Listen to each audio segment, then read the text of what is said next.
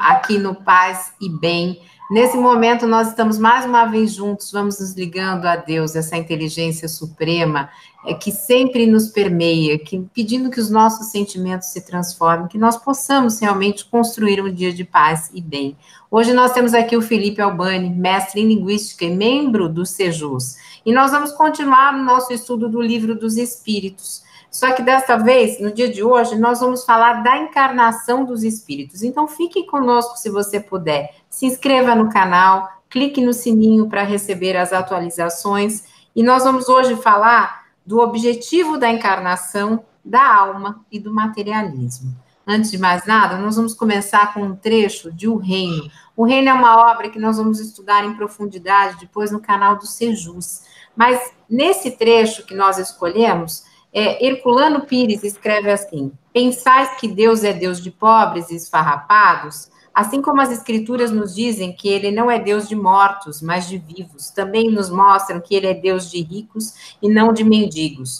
Os mundos mais próximos de Deus são de maravilhosa riqueza, transbordante de cintilações. Não viste a descrição de Jerusalém celeste no Apocalipse? O reino é rico, mas a riqueza do reino é abundante e impessoal. O que faz a pobreza é a riqueza pessoal. Há um caruncho da alma, o egoísmo.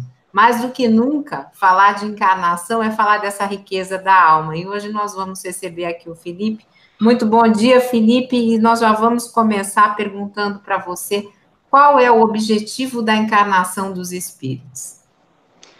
Muito bom dia, Carla. Muito bom dia a todos do Paz e Bem, acompanhando esse trabalho pioneiro, né, de tentar juntar várias religiões falando sobre o mesmo assunto, né? E talvez para muitos seja um pouco diferente, né, falar sobre o objetivo da encarnação, porque muitas religiões não trabalham com a nossa filosofia, que é a reencarnação. A gente trabalha na doutrina espírita com essa proposta e com essa noção que, segundo o que nós estudamos, fez parte do cristianismo, mas depois acabou sendo retirada lá no século IV, num dos concílios que aconteceu naquela época, e que a doutrina espírita trouxe de volta dentro do bojo do cristianismo. E o objetivo da encarnação é permitir a nossa evolução espiritual. Nós estamos aqui com um objetivo muito claro, de aprender a amar, de aprender a conhecer novas ciências, fazer esse mundo evoluir, fazer esse mundo se desenvolver. Então, o objetivo da encarnação, antes de mais nada, é isso. Faz parte do amor divino de permitir que nós evoluamos espiritualmente a cada dia. Legal. Nós estamos aqui no Livro dos Espíritos, né? O Felipe explicou bem que é uma questão de evolução. Então, eles falam claramente assim: a ação dos seres corpóreos é necessária à marcha do universo. Porém, Deus, na sua sabedoria, quis que todos encontrassem um meio de progredir. E aí, Felipe, o Kardec, ele vai perguntar assim para os espíritos superiores, só fazendo um parênteses, gente, o que a gente chama de encarnação é quando o espírito volta ao corpo. Depois nós vamos falar um pouquinho mais disso quando nós falarmos sobre alma. Mas o Kardec faz uma pergunta assim, dizendo assim: mas tem necessidade de encarnação aqueles espíritos que desde o princípio seguiram o caminho do bem, Felipe? Com certeza, porque não existe privilégio no reino de Deus. Não existe privilégio para ninguém. Então, mesmo espíritos que hoje estão muito avançados precisaram passar pela encarnação, porque faz parte de todos, ninguém foi criado de maneira privilegiada. E hoje o que nós chamamos de anjos, na versão de algumas teologias, são espíritos que passaram também por encarnações, não digo semelhantes a nossas, mas que passaram também por encarnações de aprendizado, como a qual nós estamos passando neste momento. Então não existe privilégio. Todos chegaram lá porque também batalharam muito para chegar lá. Via de regra, as pessoas têm uma dúvida, porque elas perguntam assim, e a outra pergunta do Kardec, Felipe, elas perguntam assim: mas de que serve nós termos seguido o caminho do bem? Nós estamos aqui num canal Paz e Bem de resgate de espiritualidade, de uma espiritualidade que nos vem sendo roubada por teorias que, na verdade, privilegiam o material, e nós vamos falar mais sobre isso, mas o Kardec vai perguntar assim: de que serve os espíritos terem seguido o caminho do bem se isso não isenta de sofrimentos da vida corporal? Isso faz parte também de todas as provas pelas quais precisamos passar. Existe um sistema que a gente não consegue questionar ainda, não está da nossa capacidade de entendimento, entender, que é o processo de encarnação. Então é natural que todos encarnemos, isso faz parte da lei divina. Todos nós precisamos passar pelas provas junto ao corpo físico. Então não tem outro caminho. Muito bom. E eles nos lembram de uma coisa, né, Felipe, que é assim: quanto menos nós formos invejosos, ciumentos, avarentos, ambiciosos, menos a gente sofre essas consequências no corpo, né, na encarnação, porque naquela existência, porque nós vamos nos aproximando mais dos valores do espírito. Por isso que nós abrimos hoje falando do reino, né, do reino de Deus na visão de Herculano Pires. Sim. Mas aí nós chegamos num conceito que é da alma. Então vamos falar um pouquinho, para quem está aqui no Caminhos do Espiritismo, a proposta é essa, divulgar o Espiritismo na sua parte básica, né, que é o Livro dos Espíritos, sobre o que é a alma, o que era essa alma antes de se unir ao corpo, e como é que se faz a natureza desse laço na concepção do Espiritismo. A alma é o espírito encarnado, nas próprias palavras de Kardec, na pergunta 134 de Livro dos Espíritos. E antes de se unir ao corpo, ela era espírito.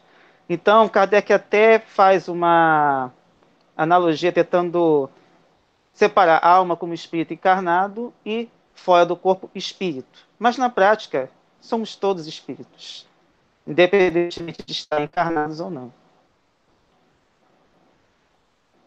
Me atrapalhei aqui com o meu microfone, gente, desculpe. Eu fecho o microfone porque o presidente Lula mandou o Mauro dar comida aos cachorros dele, que estavam latindo. O meu tá como comida, mas como ele está longe de mim, ele fica latindo. Então eu fecho o áudio e aí em determinado momento acontece isso que eu me atrapalho para colocar de novo, porque eu ainda estou me adaptando a essa nova tecnologia. Mas voltando à questão da alma. Os espíritos superiores fazem uma análise que é muito legal. Eles falam como se fosse um abacate, onde tem o caroço e em volta dele tem aquela pelinha que chama perisperma. Desculpe se eu estiver falando muita simplicidade, porque eu não sou bióloga, não sou nada disso. Mas então, o que acontece? Nós temos o espírito, o perispírito, que é uma questão semimaterial, e o espírito. E essa união se dá como se fosse um sanduíche de uns três, com objetivos científicos claros, do corpo e do espírito terem essa ligação semimaterial para que tudo possa acontecer. Porque no espiritismo não tem o maravilhoso, não tem o sobrenatural. É tudo explicado, por isso que nós estamos como ciência, filosofia e religião. E o Felipe lembrou bem da questão da alma, que é o espírito que volta ao corpo para evoluir. Então, aí nós temos várias teorias da alma que aqui a gente vai acabar não conversando, né? Porque pode ser que atrapalhe um pouquinho mais o nosso entendimento, mas nós vamos acabar chegando, no fim, né, Felipe, na questão do materialismo. Vamos conversar um pouquinho sobre materialismo? Então, o Kardec vai perguntar assim: não é de lastimar que seja uma consequência de várias pessoas estudiosos que têm uma inteligência superior, que governam o mundo, mas que chegam nesse materialismo? E hoje, mais do que nunca, nós estamos vendo o materialismo sendo pregado como se fosse uma religião, como se fosse espiritualidade. Então, vamos conversar um pouquinho sobre o seu entendimento, sobre a questão do Livro dos Espíritos nessa abordagem, Felipe? Tranquilo. Essa questão do materialismo talvez seja uma das mais pertinentes na atualidade, porque, a bem da verdade, a gente ainda não deixou de ser materialista na prática. Nós até temos religião, nós procuramos amar a Deus, mas muitas vezes essa religiosidade fica restrita ao momento que nós estamos dentro de algum templo, seja uma casa espírita, seja uma igreja católica, seja uma igreja evangélica, seja qualquer templo religioso. E quando nós saímos desse tempo religioso, nós voltamos para a questão do dinheiro, nós nos voltamos para a questão do nosso egoísmo, e muitas vezes, até por conta disso, também do nosso orgulho de pertencermos a alguma religião. Então, é um outro problema, né? Pertencemos a um grupo como se esse grupo fosse exclusivamente preparado para uma salvação ou alguma situação ainda como se fosse assim um privilégio perante o resto da sociedade. Então, isso é bastante delicado porque nós, eu até estava comentando outro dia no grupo de estudos, que nós encarnamos exatamente para nos desvencilharmos da matéria. Nós estamos aqui para vivenciarmos esse momento exatamente para nos desvencilharmos de todas as coisas que podem ainda nos prender. Por isso que quando nós encarnamos muitas vezes numa situação familiar delicada, exatamente para aprendermos a amar aquela pessoa a quem temos dificuldade de relacionamento. Então, indo para um ponto um pouco mais profundo, nós encarnamos exatamente para isso, para nos desprendermos da matéria. E no caso dos cientistas, como o Kardec fala na questão 147, no geral, a gente se prende muito às filosofias religiosas, melhor, perdão, nas filosofias científicas às quais nos prendemos. Eu sou da área de linguística. É meio complicado falar de linguística porque ela já trabalha com uma coisa viva que é a língua. Mas ele fala, por exemplo, dos fisiologistas e anatomistas. E aí já pega mais a área de medicina. E isso está muito pronto para a gente porque a medicina trabalha com a vida. Se não tem vida para eles é como se não existisse mais nada. E esse é o grande problema. Como a gente trabalha com o espírito, que é um ser que para a gente aparentemente é imaterial, quando na verdade não é imaterial, é alguma coisa como os próprios espíritos esclarecem, então a gente fica nesse dilema.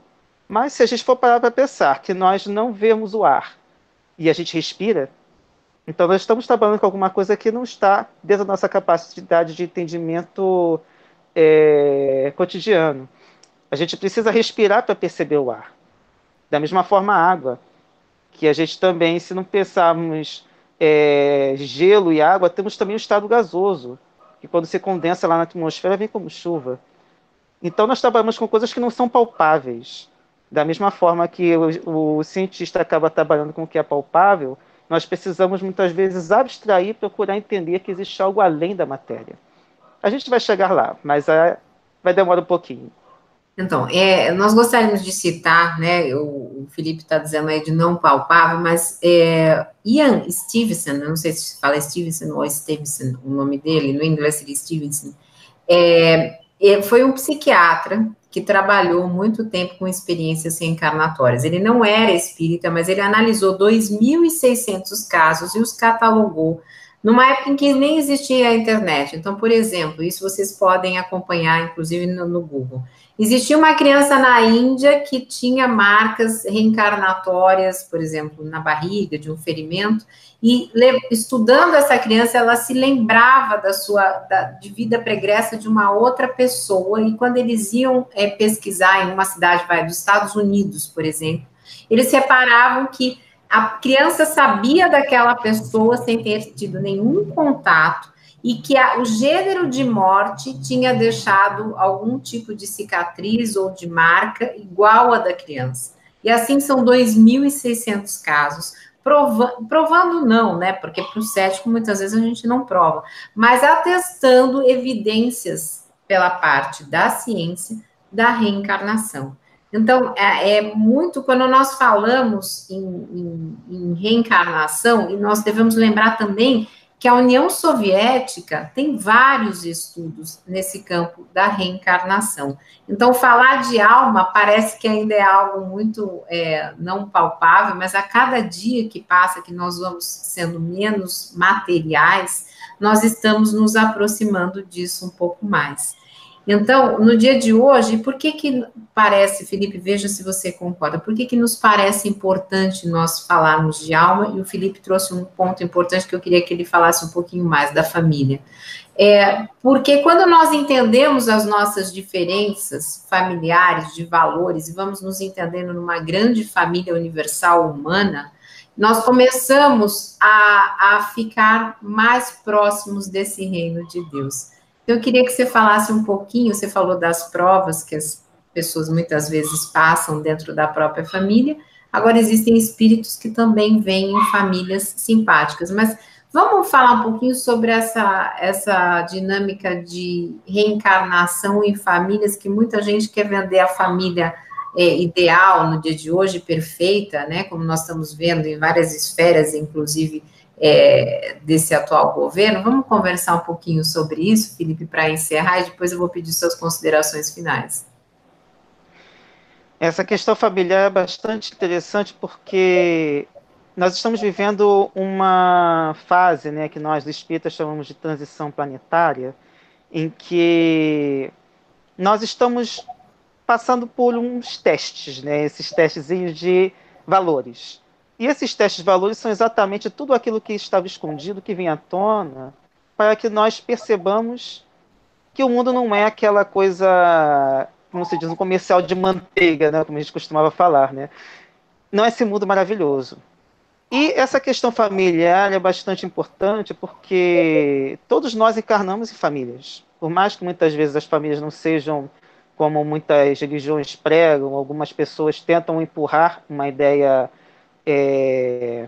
entabulada de família, pai, mãe, filhos, nós temos arranjos familiares de vários tipos e com pessoas que muitas vezes não são exatamente simpáticas, outras são mais simpáticas, mas esses arranjos acontecem porque existe uma coisa muito maior do que o laço consanguíneo, que é o laço da afinidade espiritual.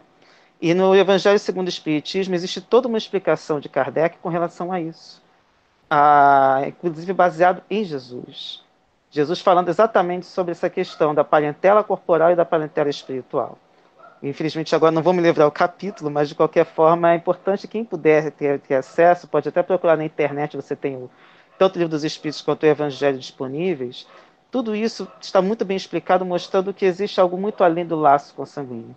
E aí nós temos uma outra questão, que existem famílias também no plano espiritual. E muitas vezes essas encarnações acontecem exatamente porque nós temos esses laços disponíveis em diversas encarnações anteriores. Os grupos sempre, ou melhor dizendo, na maioria das vezes os grupos se reencarnam juntos. Mas também acontece de um amigo que foi uma pessoa que a gente considera muito amiga da nossa família, mas que não tem nenhum laço consanguíneo, pode ter sido parente nosso, seja um pai, seja uma mãe, seja um irmão. E eles retornam para a gente com esses laços, que são muito além do espírito.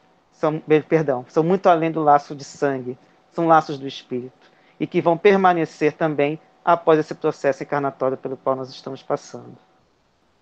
Eu acho que eu esqueci alguma coisa. Não, tá ótimo. Vamos lembrar o seguinte, que Jesus, retratado no próprio Evangelho segundo o Espiritismo, ele vai dizer o seguinte: quem é minha mãe, quem são meus irmãos? Porque Jesus também era contestado pelos seus irmãos. Ele era visto como uma pessoa que perdeu o juízo, porque ele se opunha a Herodes. Então, naquele mundo de poder, Jesus dizia o contrário, ele era pela lei de igualdade, abraçava a todos. O rico, o pobre, o fraco, o doente, aquela que estava no caminho da prostituição, sem nenhuma diferença. Então, Jesus era tido como uma pessoa realmente a noção de tudo. E por conta disso que ele dizia, quem é minha mãe, quem são meus irmãos? Porque ele queria ampliar isso para a grande família universal humana que nós somos. E nós, do Sejus, também somos essa família. O Felipe está falando da onde mesmo, Felipe, que você está? Do Pará, é isso? Não, no momento eu estou em Nova Iguaçu, Rio de Janeiro. Do Rio de Janeiro. Eu moro em Teresópolis, mas eu estou neste momento em Nova Iguaçu. Então, o Felipe está no Rio de Janeiro, nós temos gente em todos os estados, temos em outros países no Sejus, porque estamos justamente nos afinizando por esses valores do espírito. Então, você que esteve conosco, eu vou pedir para o Felipe fazer as considerações dele finais e nós vamos, com muita alegria, depois encerrar no dia de hoje o programa. Felipe, por favor. Foi um prazer imenso estar com vocês, foi um prazer imenso o convite também da Carla para participar desse programa, mas uma coisa que eu acho que tem que ficar muito clara para todos nós, a partir inclusive dessas últimas palavras que a Carla nos trouxe, que é uma frase que tem ficado muito clara na minha cabeça: todos somos imortais e irmãos. Não podemos nunca nos esquecer disso. Então, qual é a consequência disso? Aquela pessoa com a qual nós não afinizamos, se está na nossa frente, está na nossa convivência, é porque com ela nós precisamos nos harmonizar. E, além disso, aquela pessoa com a qual nós temos dificuldade de lidar, a gente olha na televisão, já fica assim, já dá uma certa repulsa. Então a gente precisa também mudar o nosso olhar, porque antes de tudo somos todos imortais. E se em algum momento essa pessoa está em erro, ela vai conseguir encontrar o caminho do bem. Seja hoje, seja amanhã, seja daqui a 1000 anos, em algum momento isso vai acontecer.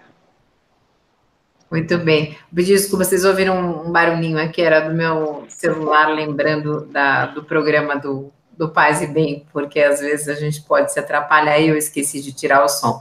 Então, vamos terminando mais esse programa, agradecendo a todos os internautas que estão aí conosco presente no chat, ao vivo, e vamos encerrando, mais uma vez, com uma parte do reino de Herculano. Ele diz assim, o reino de Deus, que ele diz, é uma graça e uma conquista.